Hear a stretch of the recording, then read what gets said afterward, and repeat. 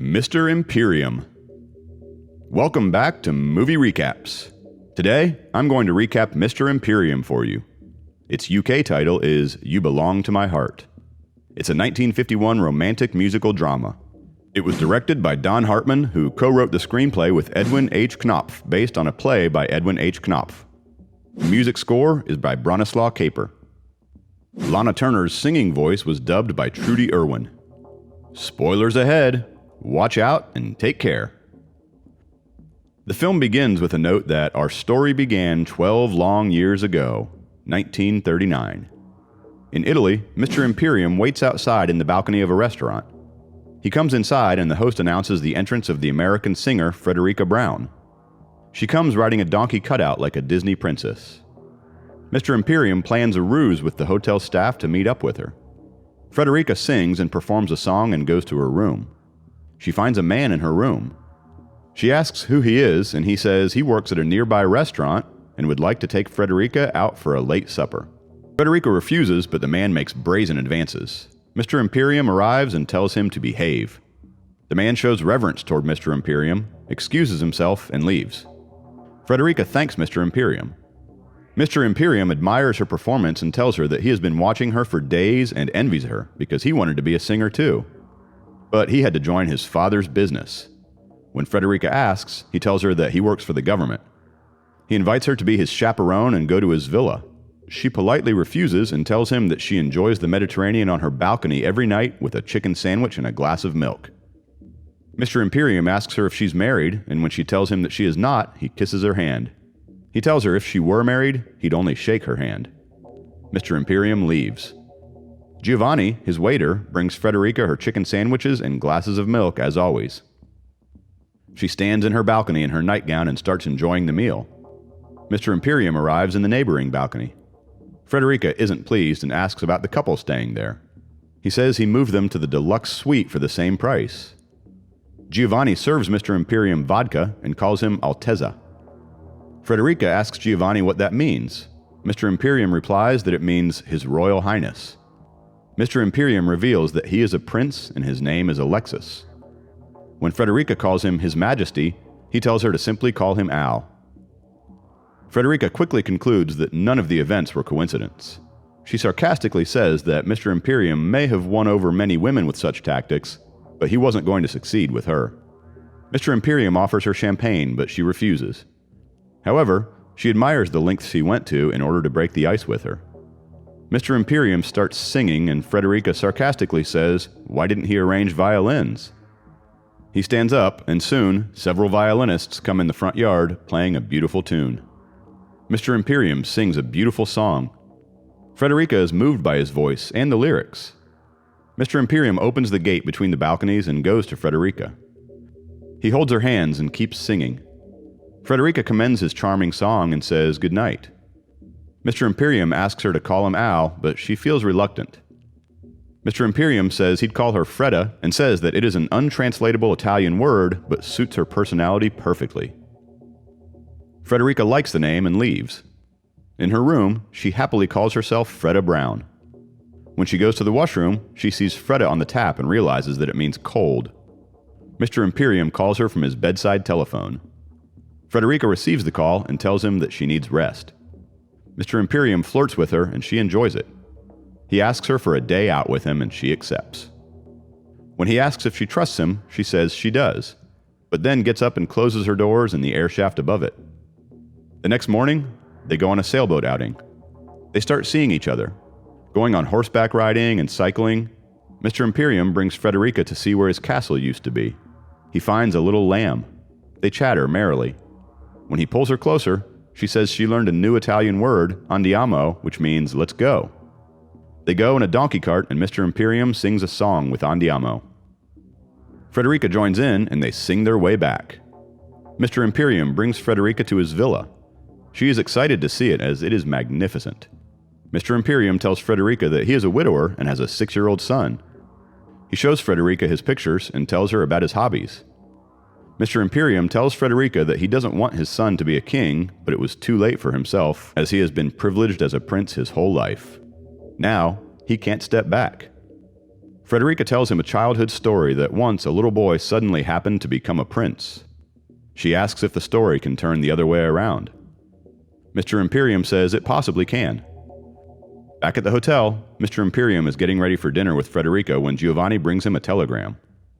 He reads it and advises Giovanni to let Frederica know he is out for some urgent work and gives him a rose to give her.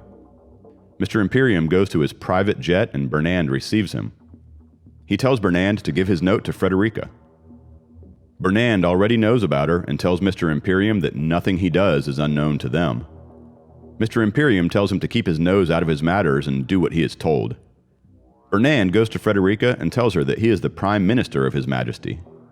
His Majesty, Mr. Imperium's father, is critically ill and isn't expected to survive. He breaks Frederica's heart by telling her lies that Mr. Imperium always sends him to say goodbyes to the women he spends time with. He tells Frederica that Mr. Imperium told him that if Frederica visits Paris, she can buy any precious jewel on his name. Frederica's heart is broken and she crushes Mr. Imperium's rose.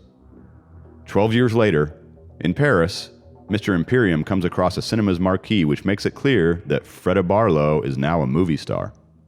Fredda, after finishing a shooting, goes to change. Her boyfriend and producer of her films, Paul Hunter, arrives. Inside her dressing room, Anna, her personal assistant, helps her. She asks Anna if she's done the booking for a place.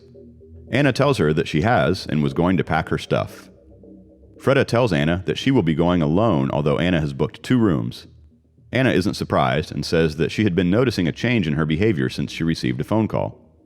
Paul comes in and talks to Fredda about what kind of man does she want in her next movie, the storyline of which is an American girl falls in love with a European king. Fredda says she'd know when she finds the perfect person for the king's role.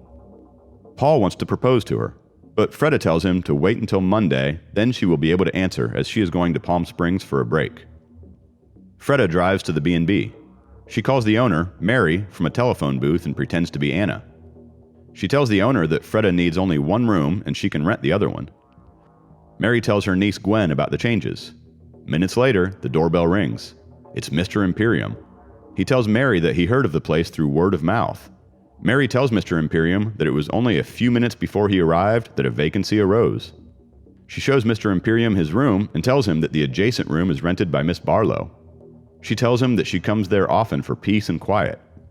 Gwen comes and says that she has seen Mr. Imperium somewhere but can't remember. She thinks he is an actor. Fredda arrives and hears Mr. Imperium singing in his room. They see each other but act as if they're strangers. Mr. Imperium goes back to his room and starts singing again. Mary goes to ask Mr. Imperium to stop singing.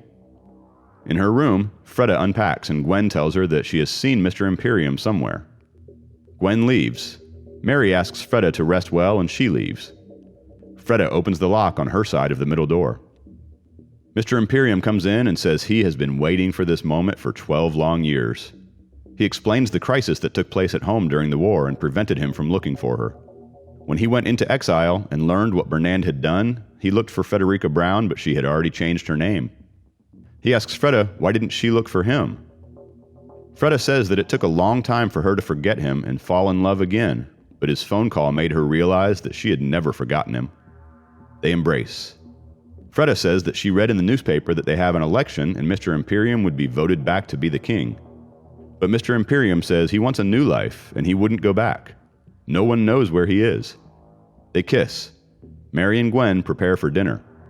Gwen tells her Auntie Mary that both Fredda and Mr. Imperium have had their drapes closed since they arrived. Mary doesn't pay much heed to Gwen's suspicions. Fredda arrives, and Mary offers her to go see a movie with them. She politely refuses, saying that she wants to go for a drive by herself. Mr. Imperium comes, dressed as a cowboy, and singing the song Frederica sang on their first encounter. Mary asks him, how does he know about that old song? Mr. Imperium says that he heard a beautiful woman sing it 12 years ago. That's why he remembers it. Gwen compliments him for his voice, and Fredda compliments his outfit. Mr. Imperium is overjoyed on the compliments and asks Fredda out for dinner.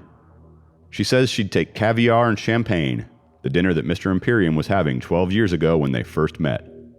Mr. Imperium says he is more of a chicken sandwich and glass of milk type. Fredda tells her about a nearby grill restaurant and both of them go out. Gwen says there's something fishy going on, as Fredda isn't the type to become acquainted with a stranger so soon. At the restaurant, Mr. Imperium plans on joining boxing clubs and other activities he will do as a common man.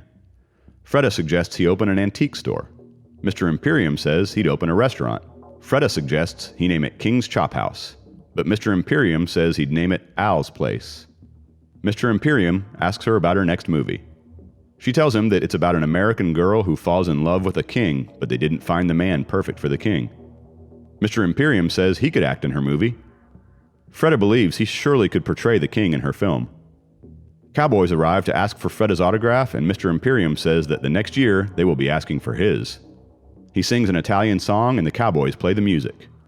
Fredda asks him to sing an English song, and he sings "You Belong to My Heart," and Fredda joins him. They laugh and have a great time. Meanwhile, Gwen tries to convince her auntie that there is something going on between the two, as it doesn't take that long to eat a steak dinner. She says that they can know for sure if the door between their rooms was unlocked. They go to check it, but Fredda and Mr. Imperium arrive back. Mr. Imperium delightfully thanks Fredda for the lovely evening and leaves for his room. Mary asks Fredda if Mr. Imperium bored her, but she cheerfully says no. Fredda leaves for her room. Mary thinks they are strangers to each other, but Gwen still thinks there's something squidgy. Fredda calls Paul and tells her that she has found the man to play the king in their movie. She asks Paul to meet with them next morning at 10. She asks him to call Anna and tell her to prepare her guest room for her old friend. Paul is with Bernand and tells him about their plan. Fredda asks Mr. Imperium to pack up so they can drive back to Beverly Hills. When they arrive, Mr. Imperium asks to visit the Paul Hunter Studios. Fredda refuses at first since it is too late, but then brings him there to show him something. Fredda shows him the setup that's exactly like the balcony of their restaurant from their first meeting. They chat around and go back home. The next morning, at breakfast, Fredda gives Mr. Imperium a new name, Ignatz, and tells him to leave the money talk for Fredda. Instead of Paul, however, Bernand shows up to ask Mr. Imperium to go with him. Mr. Imperium says that he should announce to the public that he is no longer the king. But Bernand says that the people need a king, and if it is not Mr. Imperium, it will be his son. His son will remain under Bernand's supervision until he comes of age. Mr. Imperium gets worried about his son and goes to call his son in England. Fredda offers money to Bernand to leave Mr. Imperium's son alone, and also Mr. Imperium with her. Bernand coldly refuses and says that he envies Mr. Imperium for being so deeply loved by someone so beautiful, and leaves. Mr. Imperium calls his son's school and is told that his son wasn't kidnapped. He left of his own will and left a note. The warden reads his note, which says that he is needed by his country people, so he must say goodbye to his loved ones, as the battles can't be won by running away. Mr. Imperium realizes that he can't turn his back towards his duties and leaves. Fredda comes with Mr. Imperium to bid goodbye. Paul proposes to Fredda, and she says, "He said arrivederci."